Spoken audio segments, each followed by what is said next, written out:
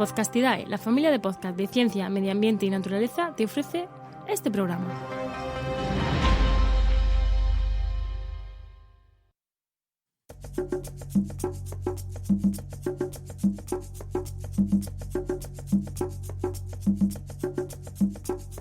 Estás escuchando Mentes Covalentes, tu podcast de química y neurociencia, con Hugo Quintela y Clara García.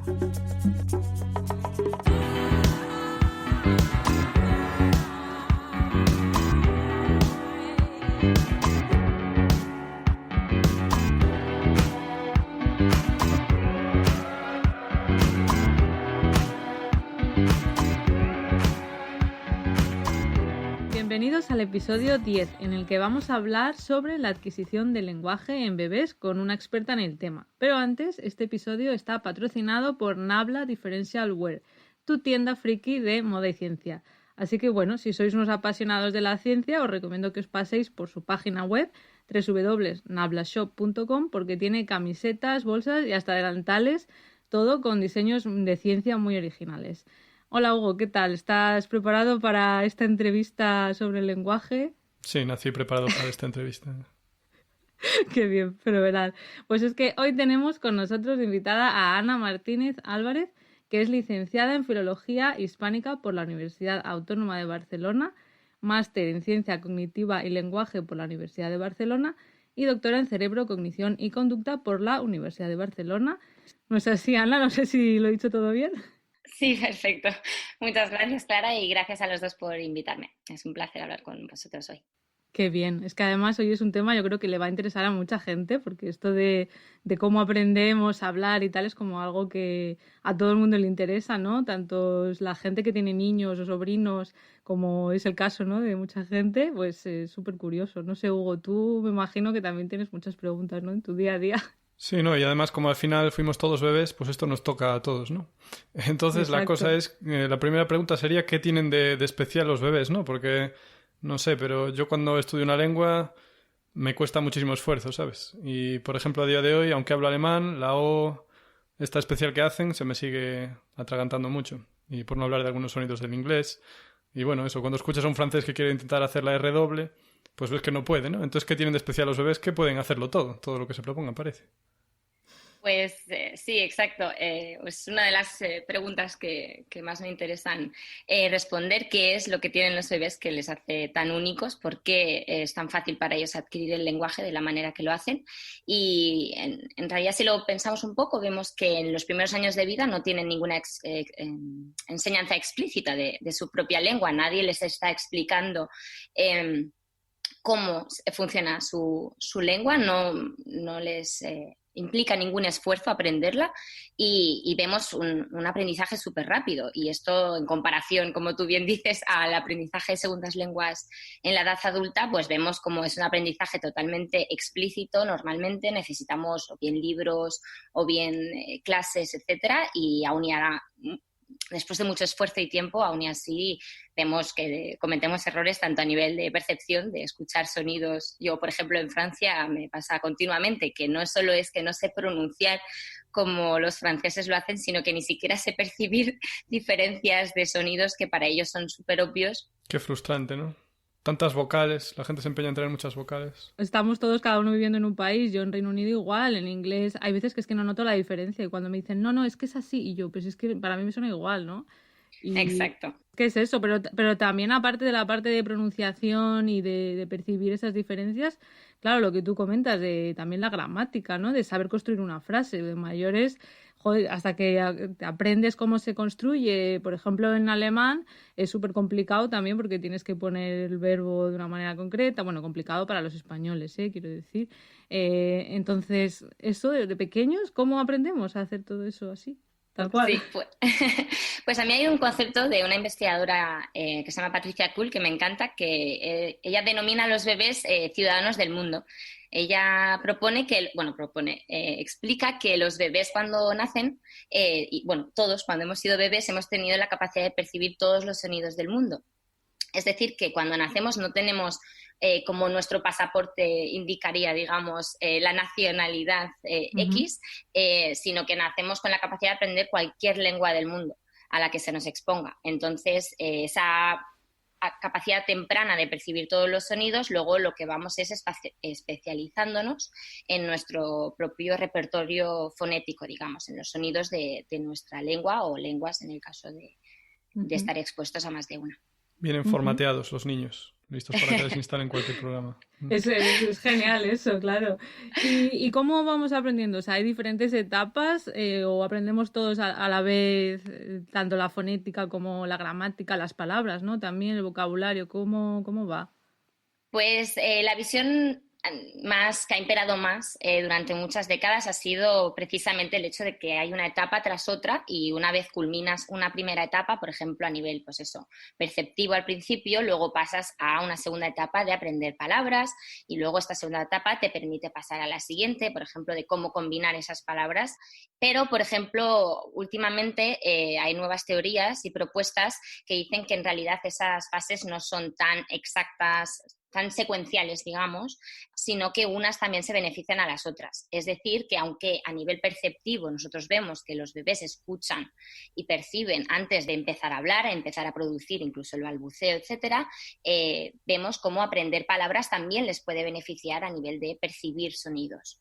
Entonces, no es tan claro que sea una etapa tras otra de manera secuencial, sino que también se ayudan. Exacto. Qué interesante. A mí me sorprendió, yo tengo un sobrino, ¿no? Y ahora tiene 2 años. Entonces, lo voy a relacionar esto, aunque a alguien le pueda parecer mal, con El planeta de los simios, las pelis nuevas, que no me parecen demasiado buenas, pero las vi. Entonces tú ves que el niño siempre te escucha y te está mirando, pero, ¿sabes? Dices, ¿qué estará pasando ahí dentro? Hasta que un día empieza a hablar, ¿no? Y entonces dices, es como que hubo un cambio. Pues igual que en El planeta de los simios, de repente, creo que es, no sé qué le dijo, creo que es como no, la primera palabra que dijo lo de los monos. Y es como, Dios, acaba de pasar a otro nivel, ¿sabes? Acaba de pasar de ser una cosa muy tonta a una cosa que en realidad me entiende y que sabe por dónde va. Y es algo que me parece muy fascinante, ¿no? Pobres bebés.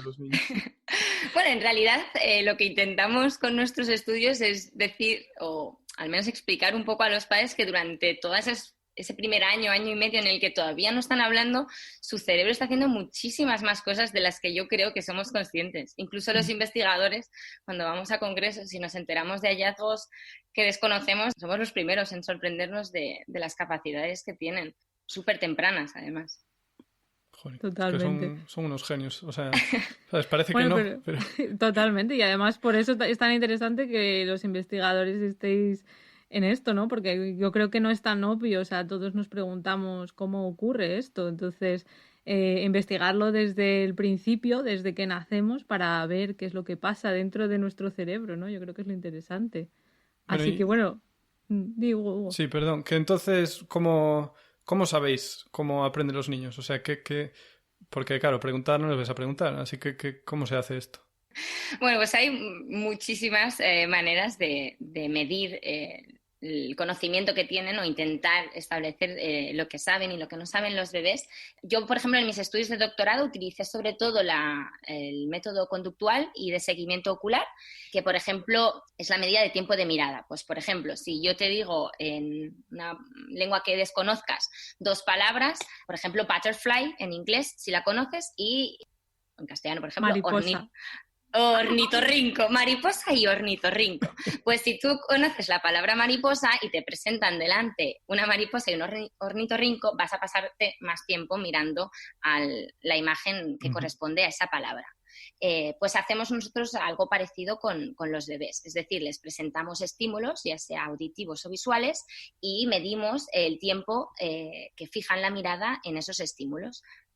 Entonces, eso nos permite establecer si ellos diferencian esas 2 palabras o no. Es decir, si ellos no conocen ni mariposa ni ornitorrinco, no esperaríamos ninguna diferencia significativa entre el tiempo de mirada de un objeto u otro. Pero esto abre un calabacín muy importante, ¿no? Porque, por ejemplo, con conceptos abstractos, los niños no entenderán ninguno, entonces. ¿O sí? O sea, como soy, ¿sabes? O claro, enfadado. Bueno, enfadado no es tan abstracto, ¿no? Pero bueno... Verbos, sí. Sí, o verbos, ya. efectivamente. Les pondréis sustantivos de cosas que puedan conocer, me imagino, ¿no? Bueno, también depende de la edad. Es decir, claro, yo en mi caso, durante el doctorado sí que testé hasta los 15, 18 meses y había una batería de test que utilizábamos imágenes con verbos. Entonces, si el bebé sabe caminar y ve una imagen que representa la acción de caminar, pues es posible pues, que te lo señale. De hecho, hay como estos dos tipos de medida, tanto visual como también lo que llamamos pointing, que es que señalan, que eso es lo que cuando tú ves a un bebé por la calle y le dicen ¿dónde está el perrito? Pues o te lo señala o dirige la mirada. Uy, perdón, es que esto es muy interesante. Vamos a ver, son dos cosas. Una, lo de señalar, ¿a qué edad empiezan los niños a entenderlo, no? Porque esto creo que leí por ahí que no es que sea muy universal en el reino animal que señalar se entienda, ¿no? O sea, tú a un perro le señalas algo y te mira el dedo, ¿no? Por ejemplo. O sea, exacto. El niño cuando aprende lo que es señalar. Sí, en este caso es lo del referente. O sea, lo que señalas es el referente al que tú te estás refiriendo con lo que llamamos la etiqueta, que es la palabra que estás utilizando. De hecho, los bebés bilingües tienen 2 etiquetas para un mismo referente, que también es una de las tareas que tienen que hacer también, por ejemplo, todos los bebés bilingües. Pero ¿cómo descubre el niño que tiene que seguir, o sea, tu dedo? O sea, ¿por qué entiende un niño que cuando le señalas algo quieres que mire ese algo a lo que apuntas, ¿no? Porque es algo... Porque son muy listos los niños. Bueno, igual porque lo ven, ¿no? A eso lo mejor ya ven se escapa, yo creo. Yo tampoco sé, yo no tengo... Pero claro, Ana lo que decía no es que el niño mire cómo señala el padre o la madre, sino que ellos mismos, si tú les preguntas, ¿no? Si le dices perro y hay unos dibujos de diferentes cosas, ellos te sabrían señalar cuál es, ¿no? Y con eso puedes medir... Supongo que esto es para ver, no sé, ¿esto cuándo lo hacéis? O sea, ¿hay diferencias? ¿Cuándo utilizan los investigadores esta técnica, pues no sé cómo se dice, este método de evaluar el lenguaje mediante, pues eso, que el niño señale? ¿O cuando utilizáis, supongo que cuando son más pequeñitos es cuando miráis lo de los ojos, lo de cuánto tiempo está el niño mirando a algo, ¿no? ¿O cómo? Bueno, depende siempre, normalmente, de la pregunta de investigación. Es decir, la técnica o la medida depende también de la edad en la que te encuentres. Si el bebé es muy pequeñito, pues probablemente vas a tomar la medida más ocular, no tanto de esperar que te señale, sino que dirija la mirada más tiempo. Entonces, es una medida del tiempo de fijación de mirada. En cambio, los que ya pueden empezar a señalar o hacer más acciones como más desarrolladas, entonces pasaríamos o determinaríamos. Pero va en función de cada diseño experimental. Es decir, es también una decisión de cada investigador qué técnica y qué medida se adapta más a su pregunta de investigación. Claro, y lo que comentas esto de mirar cuánto tiempo está focalizando la mirada en algo, esto no es que el experimentador se ponga con un cronómetro, no, sino que esto se mide de una manera mucho más fiable, ¿no es así? Sí, de hecho hay diferentes maneras de codificar toda esta información que recogemos. Por ejemplo, hay la parte pues, de los propios ordenadores, que tenemos softwares especializados en computar todo esto. También yo utilicé la técnica que se llama de eye tracking, que lo que hace es utilizar el infrarrojo, luz infrarroja, que es totalmente no invasiva, por supuesto, y entonces lo hace ya de manera automática, te calcula te mide dónde está la pupila y hacia dónde está mirando el bebé en cada momento y durante cuánto tiempo. Entonces eso luego te permite hacer todos los cómputos que deseamos, claro, de computar condiciones, etcétera. Se pondría, es que claro, para que la gente se lo imagine, en el ordenador que se pone delante del niño, ¿no? Sí, exacto. O del bebé, perdón. Pero también se puede hacer, o sea, quiero decir, está hecho de muchas maneras distintas, ¿eh? Tampoco quiero decir que la única sea la que yo he realizado. Vale. Porque también se puede utilizar, por ejemplo, de derecha a de izquierda. O sea, ponemos una luz por la derecha o una luz por la izquierda y si fijan más la mirada a una luz u otra. En este caso, por ejemplo, si se utilizan estímulos auditivos del lenguaje, por ejemplo. De hecho, hay un documental en Netflix que se llama Babies, que os recomiendo, y hay un episodio especial sobre el lenguaje y explican este método y lo podéis ver y podréis entender. Sí, creo que lo vi, es el de los 4 hombres solteros que tienen que cuidar de un bebé, ¿no? ¿Es ¿El qué? Es una película. Vale. Digo, no sé cuál es ese. No creo que sea este. Perdón, ya la última pregunta del tema por mi parte sería, ¿cuándo empiezan los niños ya a distinguir? O sea, si le dices una palabra, es capaz de asociar esa palabra al objeto, ¿sabes? Vale, Normalmente en las palabras más familiares hay estudios recientes que muestran que hacia los 4 o 6 meses ya empiezan a conocer las primeras palabras. Que de hecho esto antes, hace como una década, 15 años, no se pensaba que era mucho más tardío todo este aprendizaje.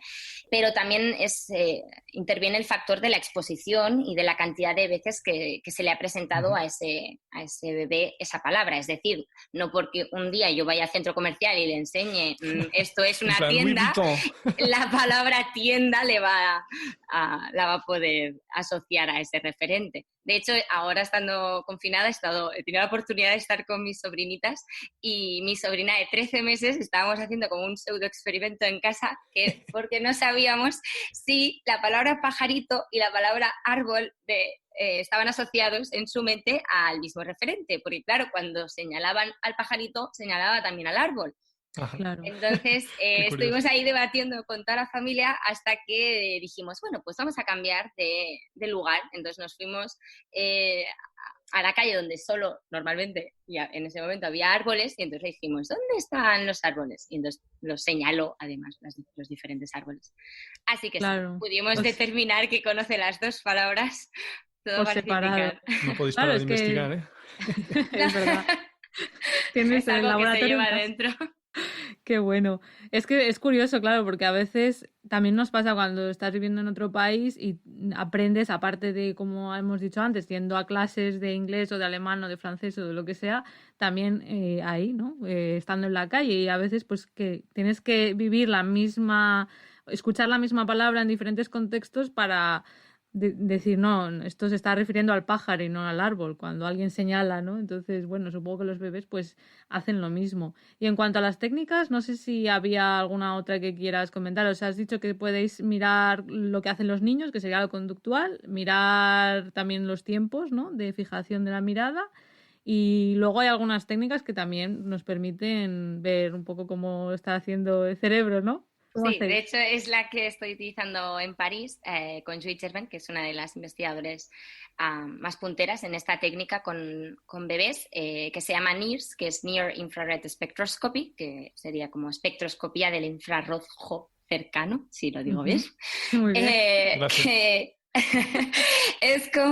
Sería similar un poco como a la resonancia magnética en el sentido de que es una medida de actividad metabólica. Es decir, no es una medida directa, sino indirecta de la actividad neuronal. O sea, podemos medir la actividad neuronal de cómo funciona el cerebro del bebé mediante el cálculo de la oxigenación en la sangre de su cerebro. Es un método totalmente no invasivo, como he dicho también con lo de eye tracking antes. Utilizamos, de hecho, la luz infrarroja poniéndolo como en un gorrito con lo que llamamos optodes, que son como unos captores ópticos que emiten luz y reciben luz. Entonces podemos medir la diferencia de oxigenación en lo que nosotros llamamos canales, que es cada una de estas uniones entre un emisor y un receptor. Entonces, dependiendo de la distancia que pongas los emisores y receptores, pues la luz entrará con más profundidad o con menos profundidad. Y eso. Entonces podemos medir, por ejemplo, lo que perciben, si están aprendiendo, por ejemplo, si les presentamos una serie de reglas. Nosotros lo que hacemos, por ejemplo, es presentarles dos condiciones. Una condición en la que escuchan reglas gramaticales y una condición en la que utilizamos los mismos estímulos, las mismas sílabas, pero todas mezcladas. Es decir, a nivel perceptual, lo que ellos están escuchando es exactamente lo mismo, pero no existe ninguna regla dentro de esta condición. Entonces lo que hacemos es medir la concentración de oxígeno en estas dos condiciones. Si vemos que no hay diferencias a nivel de oxigenación en sangre entre estas dos condiciones, nos indicaría o parecería indicar que no están pudiendo aprender esa regla. En cambio, si vemos una diferencia que normalmente es un aumento en concentración de hemoglobina oxigenada, que es la proteína que transporta oxígeno. Bueno, de hecho, tú sabrás muchísimo mejor esto, Clara. Bueno, a ver, sí, lo has dicho bien, claro, la hemoglobina transporta el oxígeno y lo libera, ¿no?, a las células. Entonces es lo que tú dices. Cuando dices la oxigenación se refiere a la oxigenación en sangre, pero en regiones concretas del cerebro. Entonces, cuanto más estás utilizando una zona del cerebro, pues más se está consumiendo oxígeno y más, ¿no?, más oxígeno tiene que ir por ahí. Entonces, bueno, es lo que tú dices, es una técnica para medir esta actividad cerebral de manera indirecta. O sea, tú no estás mirando neurona por neurona, pero bueno, sí que puedes ver si hay diferencias o no, como tú dices, entre condiciones, ¿no? Entonces, por ejemplo, para ver si están viendo diferencias de si hay reglas gramaticales o no, ¿no? Es lo que estabas comentando, que puedes utilizar esta técnica para ver eso. A ver, esta técnica es la leche. Hugo va a tener preguntas seguro. Es que, no, en realidad creo que en el primer episodio Clara ya nos había comentado algo de esta técnica, pero es yo muy hablé más de impresionante. resonancia magnética, pero de... Pero no la habías mencionado esta, ¿no? Puede ser que la mencionara. Sí. Yo mencioné la electroencefalografía, que está bastante más extendido, yo diría, no sé cómo lo ves tú, Ana, pero en general entre los neurocientíficos la electroencefalografía y la resonancia magnética están más extendidos que esta técnica de NIRS, de espectroscopía del... ¿Cómo es? De cercana en español. Se usa menos, pero bueno, pues cada una tiene sus ventajas y sus inconvenientes. En bebés parece ser que, no sé, o sea, si me confundo me corriges, Ana, pero creo que NIRS se usa sobre todo más en bebés y niños que en adultos, porque el cráneo del adulto es ya más grueso y la luz le cuesta más atravesar ese cráneo, aunque creo que también se puede utilizar, pero en niños como que va muy bien y además los niños se mueven mucho, ¿no? Y esta técnica con el gorrito no pasa nada si se mueven un poco, si mueven la cabeza. Qué monos, con el gorrito, con los electrodos. Claro, en cambio en una resonancia magnética tienes que estar muy, muy quieto, además de que el escáner de la resonancia magnética es una máquina carísima.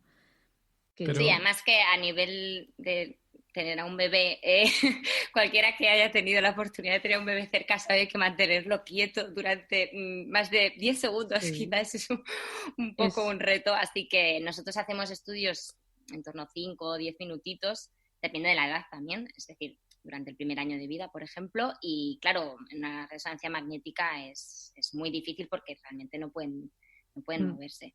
En el caso de la electroencefalografía que comentabas, está mucho más extendido también en el área de bebés también, más que la NIRS, es mucho más reciente la NIRS, hace como unos 15, 20 años que se está utilizando en neurociencia cognitiva del desarrollo, pero sí que nos da algunas ventajas, digamos, o beneficios respecto a la localización espacial, por ejemplo, que en el caso de la electroencefalografía tú ves la actividad neuronal, pero pese a ser una medida directa, no sabemos de dónde proviene esa actividad. En cambio, a nivel de la NIRS, sabemos exactamente que la actividad se está produciendo en esa región específica y no en otra. Claro. Aparte de que el confort que tiene a nivel también del investigador y del bebé, el gorrito, digamos, que es mucho más fácil de poner, de quitar, no necesitas todo el gel, etcétera. Que eso, el gel hace falta, para que la gente que no lo sepa, en electroencefalografía hay que poner un gel para que los electrodos capten las diferencias en electricidad. Entonces, bueno, pues un engorro, digamos. Nunca mejor dicho. ¿Qué vas a preguntar, Hugo? Sí, que cómo de profundo llega la NIRS en el cerebro del bebé. ¿Llega a todos los sitios? Depende de la distancia que pongamos los opt-outs. También depende de tu pregunta de investigación. No llega muy profundo, es decir, por ejemplo, todas las áreas subcorticales, con una metodología como la NIRS, nunca vas a poder responder a una pregunta de investigación que implique una actividad de áreas subcorticales. Entonces, por ejemplo, todas las preguntas de investigación más relacionadas con las emociones, etcétera, pues lamentablemente con esta técnica no la podemos responder. O sea, solo corteza cerebral. Eso, iba a comentar. Tú entiendes, Hugo, si te dicen subcortical, entiendes que es como la profundidad, ¿no? Exacto, sí.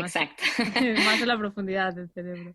Y una cosa que te quería preguntar es que, claro, cuando somos pequeños y no sabemos lo que significan las cosas y estamos intentando escuchar a nuestros padres, ¿no? A la gente de nuestro alrededor, ¿cómo hacemos para saber decir, vale, aquí empieza una palabra y aquí termina? Porque al final cuando hablamos, no hablamos como escribimos, como con espacios entre palabras, ¿no? Como robots, sino que está todo muy unido.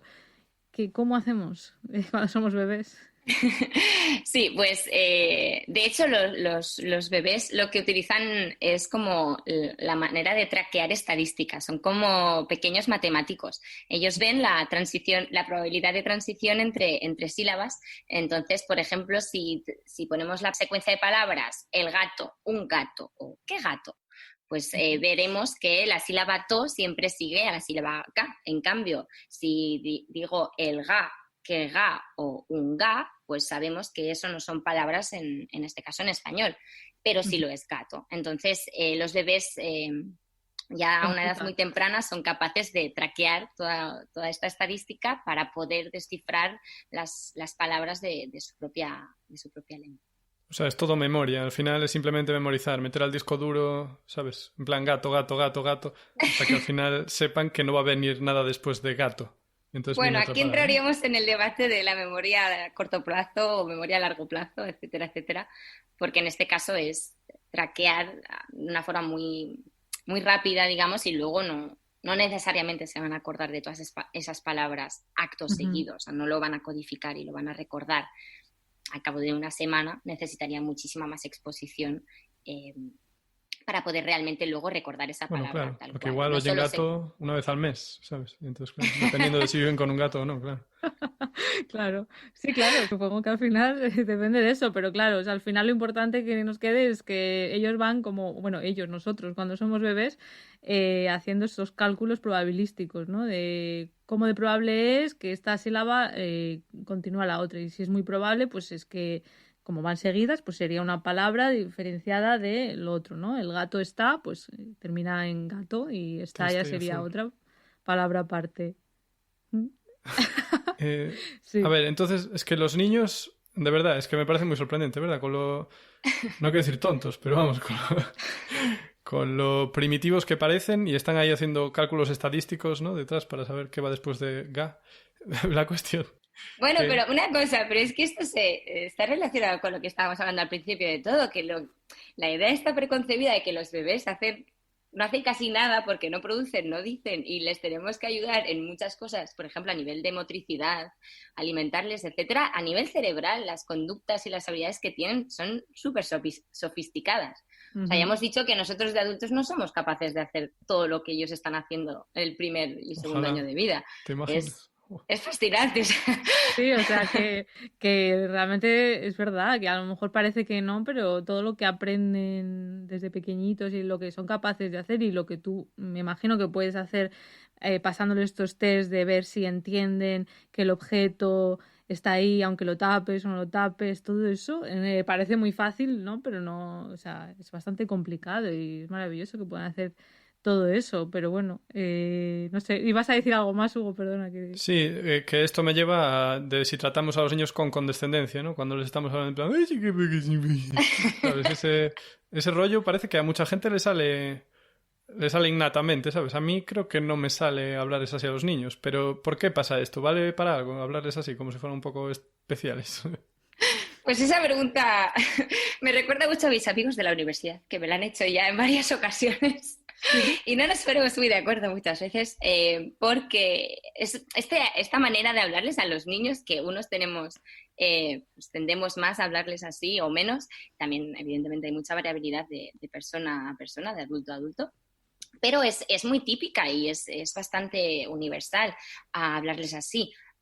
Entonces, en este caso hablamos de lo que se llama habla dirigida al niño y se ha demostrado en diversos artículos científicos que tiene beneficios también a la hora de aprender el lenguaje por las características que tiene en sí mismo. Es decir, la manera en la que hablamos es distinta, empleamos otra entonación, hacemos más pausas, incluso el tono o timbre que llamamos cambia. O sea, tendemos a subir el tono y mediante sonidos como más agudos, que a lo mejor eso es lo que a veces molesta un poquito, pero no solo el tono sube, sino que también el rango es más amplio. O sea, el rango entre los graves y los agudos es mayor en el habla dirigida al niño y tiene beneficios, pues por ejemplo, en esto que estábamos comentando justo ahora de segmentar el habla, de cortar el habla en trocititos, en palabras, la manera en la que les hablamos, habla dirigida al niño, es beneficiosa para este proceso de aprender a segmentar.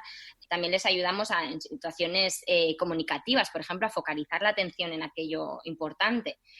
Y esto también les ayuda incluso a identificar constituyentes gramaticales, etcétera. O sea, tiene beneficios en diferentes aspectos. O sea, porque yo diría que si te sale que lo hagas, quizá no hasta la edad adulta, pero sí, no tiene nada. Porque enfatizamos más, ¿no? A lo mejor algunas sílabas y hablamos así, en plan, ¿cómo está? ¿No? Es como que se puede seguir mejor, quizás, no sé.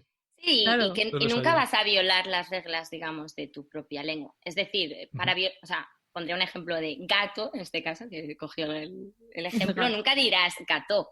Entonces, por el hecho de que cuando exageras, estás exagerando también, por ejemplo, en este caso, la sílaba tónica, gato. Entonces, ellos también con todo esto, pues pueden focalizarse comunicativamente al objeto, pueden aprender a segmentar, como hemos hablado, las palabras, etcétera, etcétera. Entonces, O sea, que sí, ¿no? Que hay que seguir hablándoles así. A mí que sí no que les me estamos sale. hablando como si fueran tontos. No, exacto. Entonces es que no es hay que ayudar. cultural. O sea, sí, exacto. Parece que no es una construcción cultural hablarles así. Probablemente sea algo innato en nosotros. Bueno, se ha demostrado, creo, últimamente que no es así en todas las culturas. Bueno. Pero no por ello repercute o tiene un efecto negativo. Es decir, no por no hablarles así van a tener más dificultades, pero en la gran mayoría de culturas sí que tendemos a hacer este tipo de registro a la hora de hablar. Porque hay gente que a los perros también les habla así, por ejemplo. Exacto, exacto. De hecho, los hallazgos han demostrado que a los perros les hablamos parecido, pero les hablamos más rápido. Es decir, cambiamos el tono y cambiamos este rango, pero les hablamos un poco más rápido que... Por eso no consiguen hablar los perros. En general. Sí, no hay manera, ¿no? Es diferente. Una cosa que también se suele hablar mucho, sobre todo pues la gente que yo sé, que están embarazados o están esperando un niño, que o ya han tenido un niño, lo de hablarles a la tripita de la mamá o no. No sé si cuando el niño ya nace sabe distinguir la voz de su madre o no, si sabe distinguir su propia lengua de otra que no, si sirve esto de hablarles o si nos oyen desde dentro. ¿Cómo va esto, Ana? ¿Se sabe algo? Uy, cuántas preguntas seguidas. Ya, bueno, puedes responder lo que tú consideres.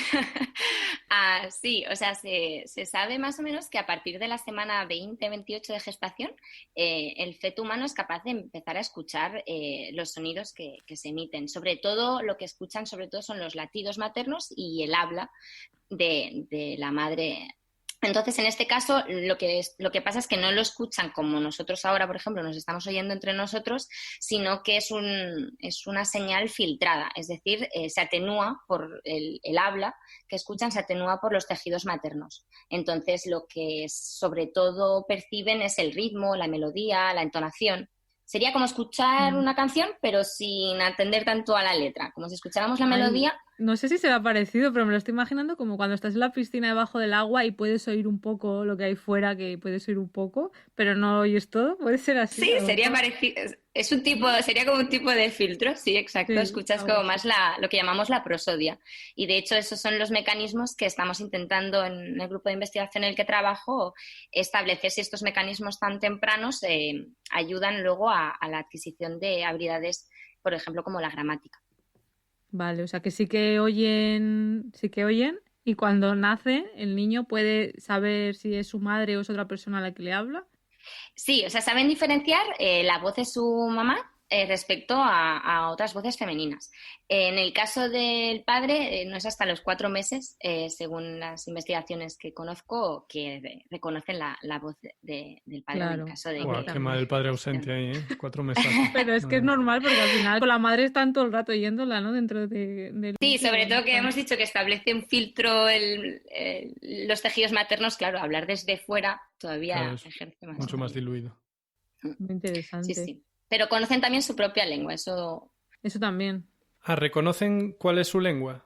Sí, sí, es de clases rítmicas distintas. Es decir, por ejemplo, el inglés y el castellano son 2 lenguas de clases rítmicas diferentes. Entonces, un bebé con la madre de habla española sería capaz de diferenciar que el español es su lengua materna versus, por ejemplo, el finlandés o el inglés o el japonés. Que tienen como un ritmo diferente. Pues muchas gracias, Ana. Es todo muy interesante. Espero que a la gente le haya parecido también interesante y han aprendido mucho. Gracias por venir aquí a Mentes Covalentes a charlar con nosotros, Ana. Muchas gracias a vosotros. Ha sido un placer. Y de mi parte también. También.